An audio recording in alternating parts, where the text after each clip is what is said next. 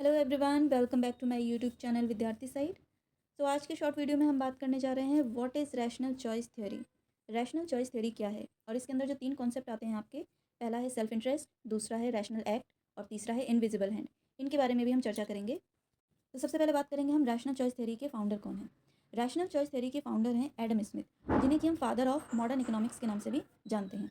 लेकिन इस थ्योरी का एजुकेशन के फील्ड में सबसे पहले यूज़ किया था गैरी बेकर ने। तो बात करेंगे अब हम इसके अजम्पशन की। रैशनल चॉइस थ्योरी का अजम्पशन ये कहता है कि जो ह्यूमन बींग्स होते हैं ये एक रैशनल एक्टर्स होते हैं।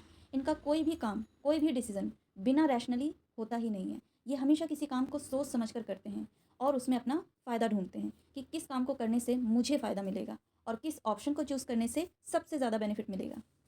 तो कुल मिलाकर के इस थ्योरी का ये मानना है कि इस दुनिया में हर व्यक्ति किसी भी काम को करने से पहले अपना फ़ायदा देखता है, फिर बाद में उसके उसी काम से सोसाइटी को भी बेनिफिट हो जाता है। लेकिन ये जो बेनिफिट मिल रहा है ये अनइंटेंशनली है।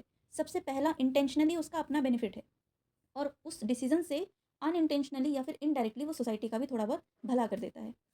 तो अब बात कर लेते हैं कि इस थ्योरी के अंदर जो तीन कॉन्सेप्ट हैं, सेल्फ इंटरेस्ट, रैशनल एक्ट और इनविजिबल हैंड, इनका मतलब क्या है।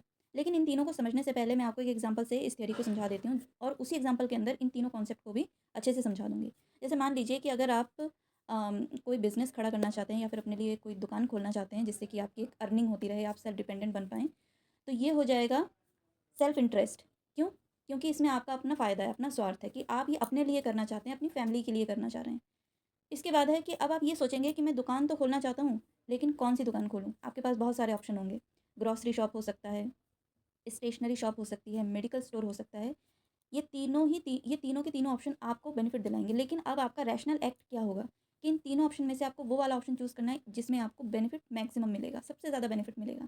तो मान लीजिए कि अगर आप ऐसी सोसाइटी में रह रहे हैं जहाँ पर एक यूनिवर्सिटी है, तो आप थोड़ा-सा एनालिसिस करने के बाद आप ये सोचेंगे कि एक अगर मैं स्टेशनरी शॉप उसी यूनिवर्सिटी के आस-पास खोल लेता हूँ, तो मुझे इन तीनों ऑप्शन में से सबसे ज़्यादा बेनिफिट इसी शॉप को खोलने से मिलेगा।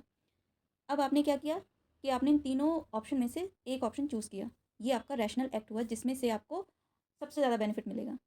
तो जैसे ही आपने उस पर्टिकुलर एरिया में अपनी एक स्टेशनरी शॉप खोली तो वहाँ के लोगों को भी उसका बेनिफिट मिलने लगा।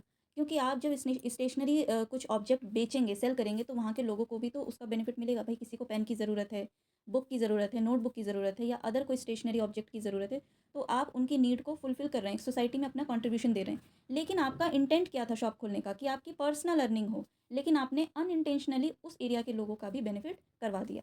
तो रैशनल चॉइस थ्योरी के अंदर इसी चीज़ को ही कहा गया है इनविजिबल हैंड।